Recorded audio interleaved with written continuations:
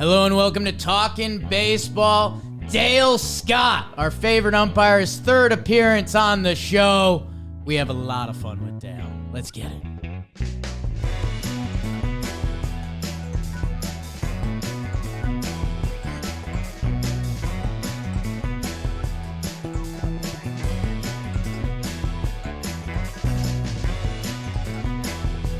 Hello and welcome back to Talkin Baseball. Myself, John, and Dale Scott. For those of you that know and you're in our tangled web, it's a big week for us. It's a blitzball battle week, so Trev is flying out right now.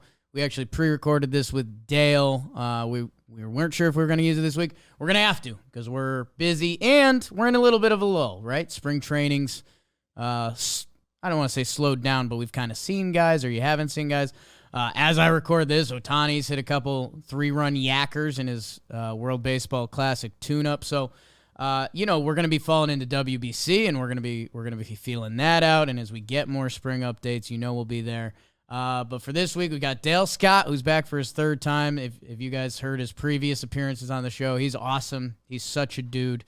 And we had a lot of fun with him. And we go over some of the rule stuff, and you get it from the umpire's view, which It's always, we don't stand in their shoes a lot. So without further ado, is that a word? Let's get to the Dale Scott interview brought to you by SeatGeek. Make sure you guys are going. I guess you could probably go to WBC games, right? SeatGeek? Maybe. I'd assume there's a bunch in Miami. I assume you can buy them there. They got seats there, and that's what SeatGeek is good at. So download the app. Green means good. Red means bad. That's how they list their deals on their website. If you could figure that out, you're going to have a blast on the SeatGeek app. Use code JOHNBOYPRESEASON, 15% off your order, whether you're a first-time buyer or not. So if you've already used one of their discounts, you're golden. You're live. You're live. One of my friends was a running back at Penn State, and his running back coach used to always tell him, 5 before you jive. Run 5 yards before you wiggle. I don't know. Doesn't apply here, but go to SeatGeek, click the link, download the app. John Boy Preseason, 15% off your next SeatGeek purchase. Dale Scott. Baseball.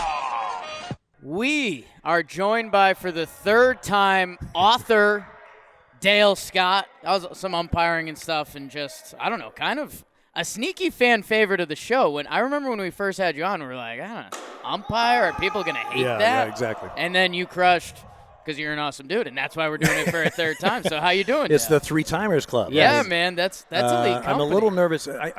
Is Trev not here because he was afraid I'd throw him out? In person. Yep, he did. He said he's scared of your strike zone. Well, who isn't? Quite frankly, but no, I'm happy to be here and actually in person. That's great.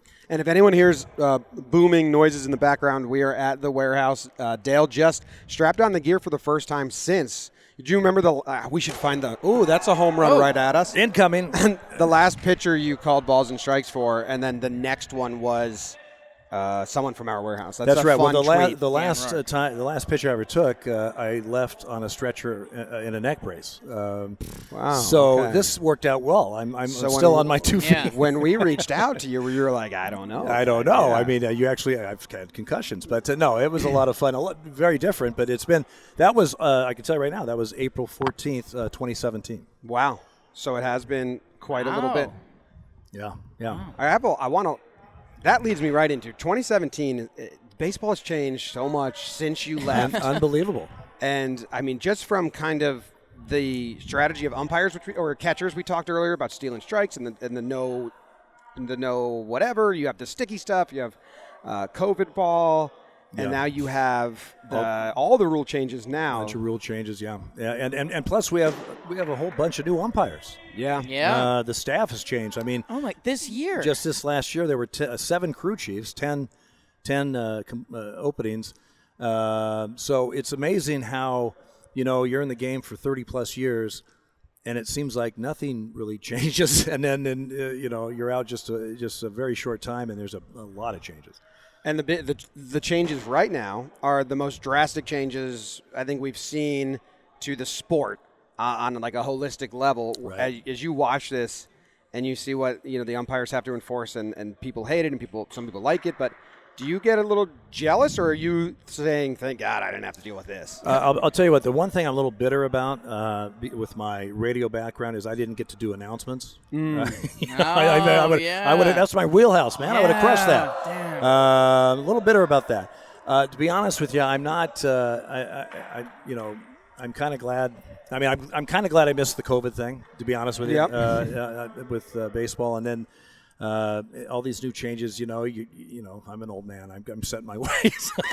We have to teach an old dog new tricks. No, but it's a lot of stuff. You know, I kind of joked. You know, you're in the game for a long time and nothing changes, but literally nothing changed in baseball for years. I mean, it was very rare that you had even a major type change, maybe a minor thing here or there. And, you know, beginning in 2000, when we combined for the umpire staffs, we combined the leagues and we're working both leagues.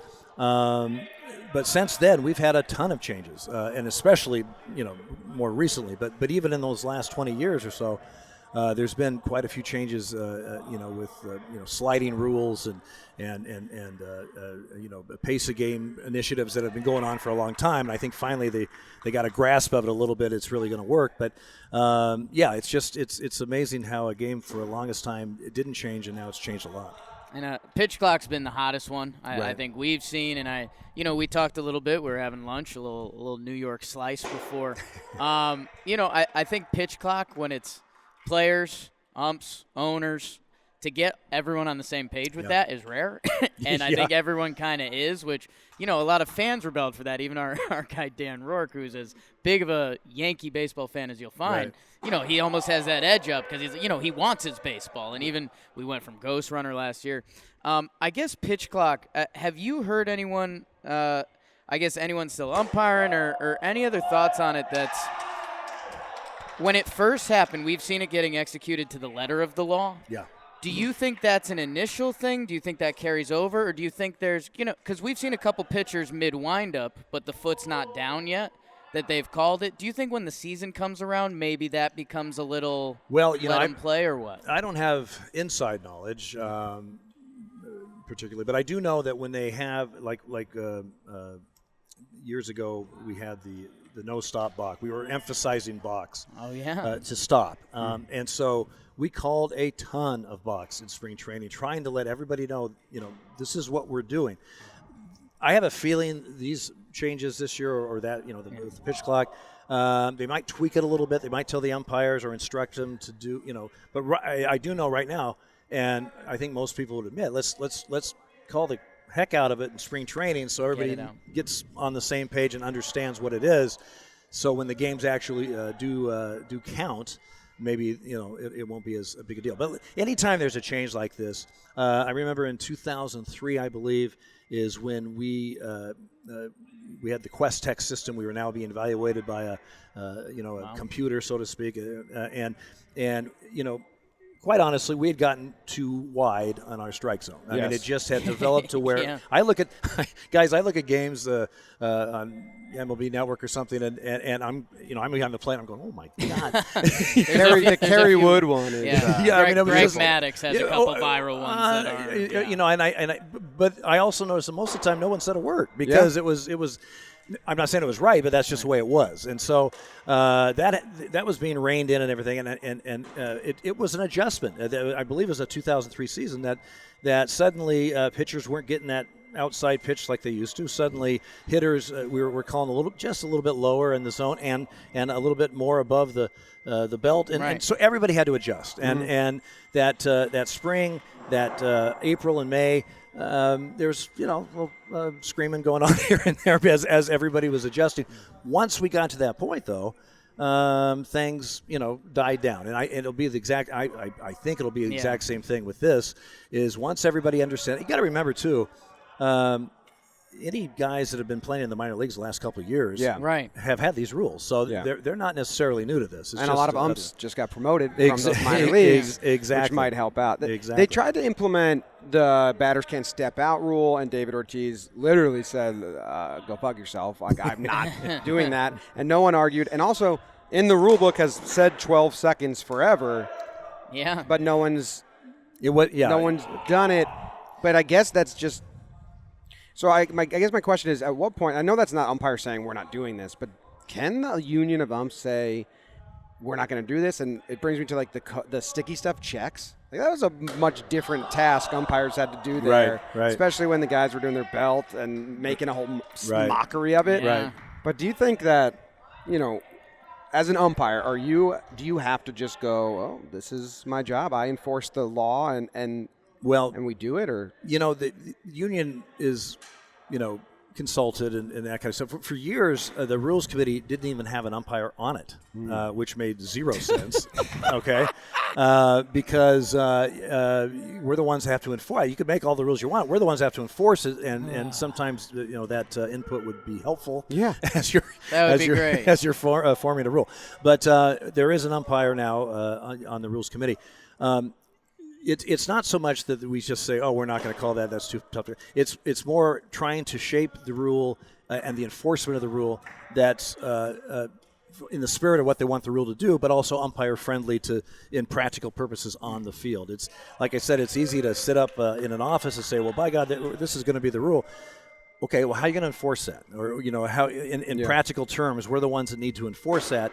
And we can give suggestions. I think it's easier to try and still stay with the spirit of what they're trying to do, but saying that maybe we can enforce it this way, or mechanically we can do it this way. That'll make it smoother and easier to digest. Have you, and I'm putting you on the spot a little bit, so if there's not one, it's fine. But I'm excited. There's going to be a next step to this where we see players try. Anytime there's rules in anything in life, people try to take advantage of them the best they are. Right. And there's going to be a part of this season where players are taking advantage. And we've heard some different things from base running, like if you see the clock ticking down and you know that pitch has to go, you might get that head start. I guess for any of the new rules, whether pitch clock or any of the shifting, we've heard rumors about maybe actually pulling an outfielder out from left field and putting them in that second base shift. Have you heard or thought about anything like that, about how the players will take advantage? And I guess, is it the umpire's problem to worry about? Or would you be told ahead of time, like, hey, we think teams might do this? Be on the lookout? Usually we're not told like that, but it's one of those things. Anytime you change, especially major changes in what's going on, there's unintended circumstances. We got it in replay when the guy slides in to second, easy double, the throw's late, but they keep the glove on him and he comes up this right here. That's not why that replay was put in there. That's a cheap out. Everybody knows it's a cheap out, but what are you going to do? He's off the base being tagged with a live ball. So that was unintended. When the ABS system comes into the big leagues, you're going to have unintended circumstances. I don't know what's going to be it. That's a lot of times unintended means we don't know yet. Right, we'll find out. And the same thing I think with what's going on this year with the shift and the clock and everything. I'm sure there will be some creative situations where they can take advantage of the new rule, and maybe nothing illegal, but they're taking advantage of this new rule. That's when baseball steps in at some point. Maybe they might tweak the rule or tweak how it's done. They tweaked the slide rule and the catcher blocking and all that stuff from the original rule that came out. They had to rewrite some of that because in theory, as it was happening, it wasn't what they intended. So. That's going to happen. I would be shocked if it didn't. It's an adjustment period, but again, to emphasize that anybody that's been playing in the minor leagues and the umpires that you're talking about have seen this, have played under it, and quite frankly, in a year or two, a year or two meaning everybody will be used to it. Yeah. They'll be used to it before that, but it's a big change now, and that's what everybody has to adjust to. There's a lot of ironing out to do. Right. We're talking about replay, and I talk about this a lot since I started watching kind of foreign sports and how they use replay, and I want to know if this is too far against the system that you worked in for 30 years, or if any umpires have been asking for this. In cricket or even some other sports, if the umpire doesn't know a close play, they go just go, let's just whatever I say shouldn't hold weight because I just go straight to the booth. And then they do it. Is that something you think, as an umpire, did you ever be like, well, I wish we could just review this right away?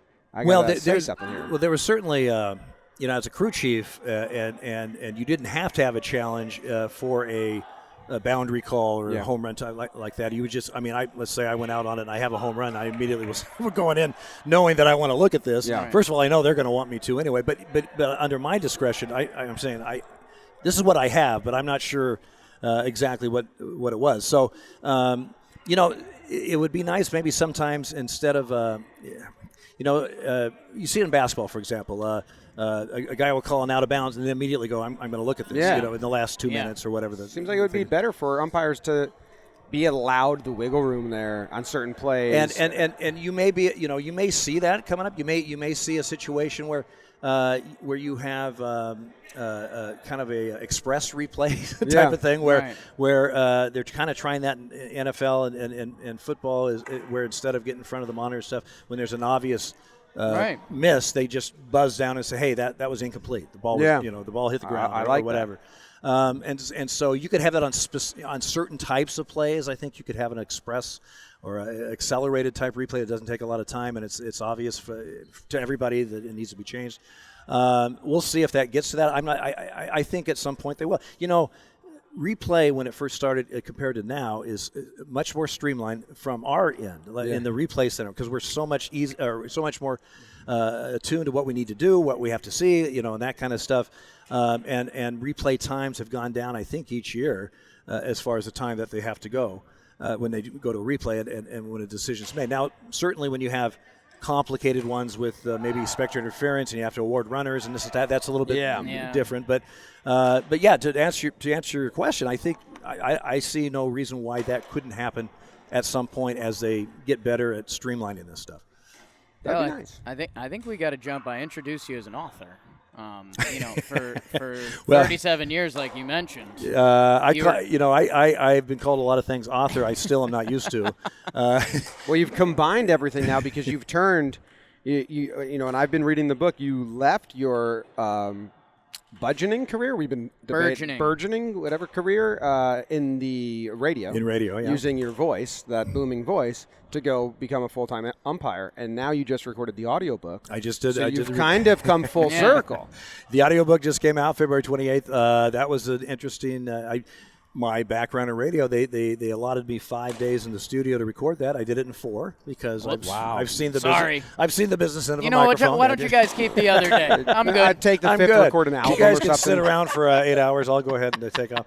But it was fun. It was an interesting thing to do, and we'll see how that goes. But the whole author thing, like I'd said before, I had no intention of writing a book when I retired, and I was talked into it, rightfully so. I think my story deserved to be out there, and from my book tour last year and all the people I met in person that is so humbling, but that it actually did affect and change their lives for the better.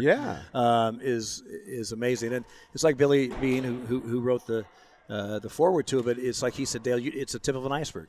You're just hearing from these few people. There's a whole ton of people you'll never ever hear from. Yes. But it's been a positive effect. So that makes me feel good, and I think that's certainly why it should have been written. I haven't gotten to the big league stories yet, which I've heard a lot because you've talked about them on the show. But you open it up talking about nut cutters and how many times you've been hitting a nut is the first nuts is the not first a lot paragraph. Not a lot of books start with talking about your gonads. And I the loved books it. I normally read do, so that's why this worked out. But I loved it because I love the lingo that you don't know about because you're not part of that world. Right. So, and I never even would have thought like, oh, umpires have their own baseball lingo. It's like, fuck, I'm not part of that world. I don't know what they're saying. I want to know. So I love that.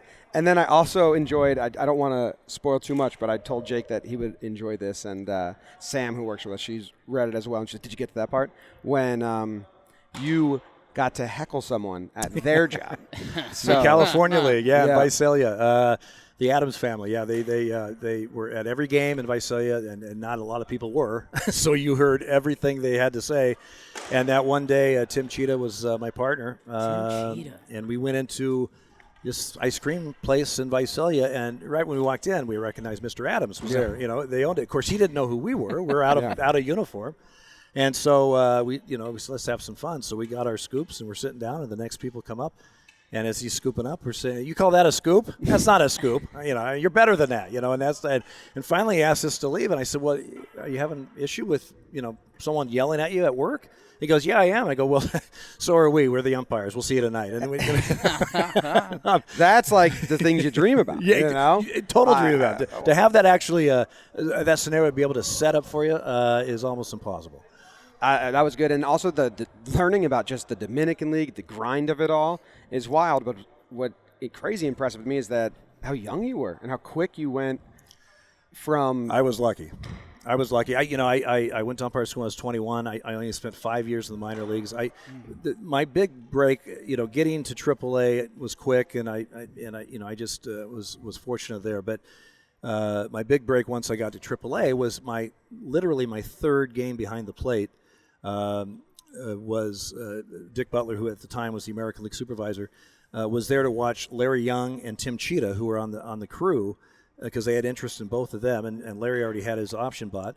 And I was to watch those two behind the plate. I happened to be the middle game. Yeah. And so he saw my game on a Saturday night in Louisville that went 5 hours, 15 innings, and that put me on the map. They said, "Who is this guy?" And I had just come up. So the next two series, went to Evansville. We were seen by another supervisor. We went to Indianapolis. We were seen by another supervisor, and boom, my option was bought. So I was 5 plate games into my AAA career, 3 weeks since being called up in May of '84, and the American League bought my options. And how old were you when you did your first MLB? About 25? I just turned 26, my first major league game. You were nervous as shit. Oh my God! I put my undershirt on backwards. Okay, seriously. And Jim Evans was the crew chief, and he's got this real dry sense of humor. And he said before, he said, "Are you nervous?" I said, "No, Jim, I'm not nervous. I'm excited." And then I was putting my shirt on, and he goes, "So I'm glad you're not nervous. You always put your shirt on backwards." I said, "Of course I do. I set the trends." And I said, "Okay, maybe I'm a little nervous." Yeah. So if we have any, a lot of people listen to the podcast that are baseball fans. If we have any young people that are looking to be umps, something that I kind of picked up on about your quick path and umpire school was not only the mechanics and making the right calls, but you talk about earlier on just the level of confidence you did have or perceived other people to have. And that's when you're 12 and you go to ump school, they say, whatever you call, make it with confidence. Right. But you talked about that in the book before even an umpire. Kind of like that. Well, he was commissioner of his town. That's what I want to tell you. He was commissioner of all. I was commissioner of officials for Eugene Sports Program. Wow. At 21 years old. Yeah. And again, that just fell in my lap. I was lucky with that. Living a double life that I was doing, I think is what gave me. Now I don't know if that makes sense, psychopath or whatever, but it gave me this confidence and able to come off as something maybe I wasn't, which was a straight male. Yeah. but I got to say though, guys, I may have shown confidence and looked calm and cool or whatever. Inside, I was a nervous wreck. Yeah, like you said. man. I'm putting my shirt on backwards for God's sake. So obviously it was affecting me. So one of the guys asked me earlier. How do you it's a stressful job. How do you do it? I said, well, it is, but you learn like players do, and anybody at a high stress job, you try to channel that and compartmentalize that a little bit, because otherwise it'll eat you up, and that's something you're not, I had to learn it. Especially when I went from AAA to the big leagues. I thought I was a pretty good AAA umpire or whatever, and I got the big leagues. And Jesus, this is a whole different thing here. It's the game of baseball, but it's a whole. You're surrounded by a whole different. Also got the egos, the veterans, right. The managers that are lifers, and you're entering a whole new world of and you have zero credibility as far as they're concerned. None. Until you prove yourself. That's the way it is. So it's been a great ride, and I wouldn't change a thing. But it's been a lot of fun. Yeah, and the stories of your first winter off, and then meeting your now husband right away is funny too. But right, the last thing on my mind was getting into any type of relationship. I was finally not working winter baseball for the first time in like 3 years, and I was getting paid, and I was off for 5 months, and I thought, I'm moving to a new city. I'm going to Portland, and And That's kind of how it works, it- man. it's- You tell people it's like an old line from movies, like when you stop kind of looking for it, and then it happens, and that's when you're looking for it, you never find. You know, I was you make mistakes, but yeah, that happened. That happened, but you learn from the mistakes. Hopefully, Yes.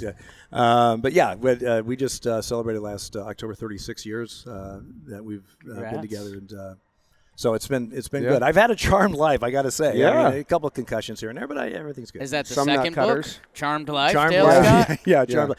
Now you could interview some managers and players. It's not so charmed, probably. Do but you have the author's itch right now? 'Cause, I mean, you're telling the story of your. It's a big story. I mean, now. Like, do you have a little scratch Or that just you for want to the do some just for the more, audio book? or are you like, I'm done? I'll be honest with you. I have thought about maybe diving in again. I'm certainly not. Doesn't mean I will. We'll see. But to answer that though, I really did enjoy the process. Good. I have a did pitch. enjoy it. If we have any literary agents listening, I think that you should team up with a player, a manager, and someone in the booth for a game, and then you tell it from the four perspectives. From the different in one perspectives. book. Ooh, Yes. I like that. Because you have, and we gotta But you can let do you that go. audio but visual, too. Yeah, you've done Okay. so many big moments. Like, go listen to our first two interviews with you. You should have You seen. just started You listing should have them off. seen the kids. I call them the kids. Now I've got my beard, Dale. You can Yeah. see. Yeah, it's, They 2 months, 3 months. 2 years. Yeah. They when Zoe from We Got Ice, who I think they're about to torture you in a minute, he heard that Dale Scott was for the Jose Bautista game, and Zoe was like started drooling. Well, He's and like, then the I mean, Loogie Punch could you- game. If you do that from every perspective, all right. So we're in. So we're okay. producing it. John Boy Media will produce that. We'll Done. just get more people on. Yeah, well, perfect. I know the right people. Yeah. Well, thank you very much for coming and umpiring a blitzball game, which is a ridiculous thing that I'm excited happened. It was fun, guys. It was fun. I was having flashbacks a couple times. I only had to warn one pitcher, but I thought it went well. It was a great time. Yeah, thank you. I think We Got Ice. They were gonna have you some of their wiffle ball. They're like a minute long though, so it'll be a little easier. Well, that was good because Yeah. that was a lot of work. I Yeah, hope. it's just a lot of standing I'm on. tired. Yeah, we're tired. All right, thank you very much for joining Thanks, us. Thank you guys. guys for tuning in. Go buy The Umpire is Out, or listen to the audiobook. Or listen to the audiobook. Listen and read along. There you go. Buy both. Bam, Yeah, bam. same time. I'm your agent now. All right. Cool. Great. Whoo! That Dale Scott interview was brought to you by Manscaped, the best tools in the game for spring cleaning. If you're watching right now on the tube, you're probably looking at me saying, Jake, you might have to tighten it up. My beard's coming in thick right now. And they have their Beard Hedger, a waterproof cordless trimmer, rotary wheel like that, 20 hair cutting lengths, all with one guard. It comes with their beard shampoo and conditioner, beard oil. Need that. Got a couple patchies on Poppy. And it comes with 3 free gifts, a beard brush, comb, and scissors. So if you got that nice John Boy beard, this is going to be something you want, whether you're a John Boy, a Jake, a Trev, or a BBD. Go to Manscaped. You know, they're the leaders in this stuff. Manscaped. Or maybe if you're a lady listening to this and you're trying to get your fella, tighten it up a little bit. Use code TALKIN at manscaped.com. You'll get 20% off and free shipping with code TALKIN. Focus on the face and use the Beard Hedger Pro Kit for the cleanest look in the game. Mm-hmm. How about it? 20% off, free shipping with code TALKIN. All right, guys. So that was Dale Scott. Jake, what was your favorite part of the interview? Me and Dale, so we interviewed an interesting location. We were upstairs at the warehouse, so that was a fun dynamic. We were just looking at a camera in the distance. I liked that me and Dale were standing, so there was a couple times that we were when we were laughing and had a joke, we would throw bows into each other, so we got a little physical. So I like that. That's the highlight I will take away from that. And yeah, man, it's talking baseball. Sometimes I forget. You know, our Christmas New Year's Week rules episode was one of our biggest eps of the year.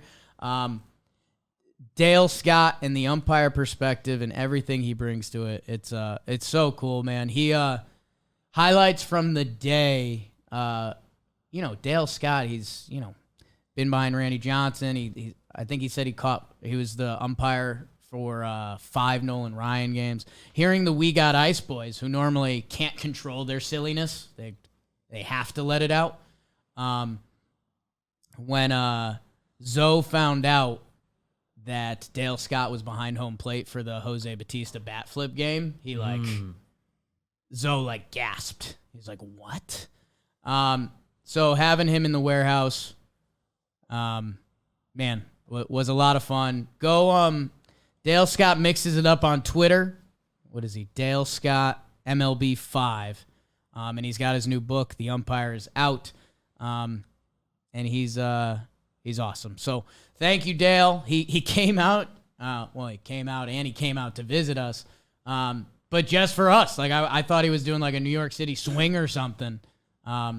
And no, he was like, yeah. Or at least going to use it for full weekend in the city. Yeah, he ended up and seeing a show and he's enjoying it. But still, so we've got some fun warehouse stuff coming with him. And like I told you guys at the start, excited to get into WBC as it picks up and everything as we keep getting more stuff from MLB as spring training.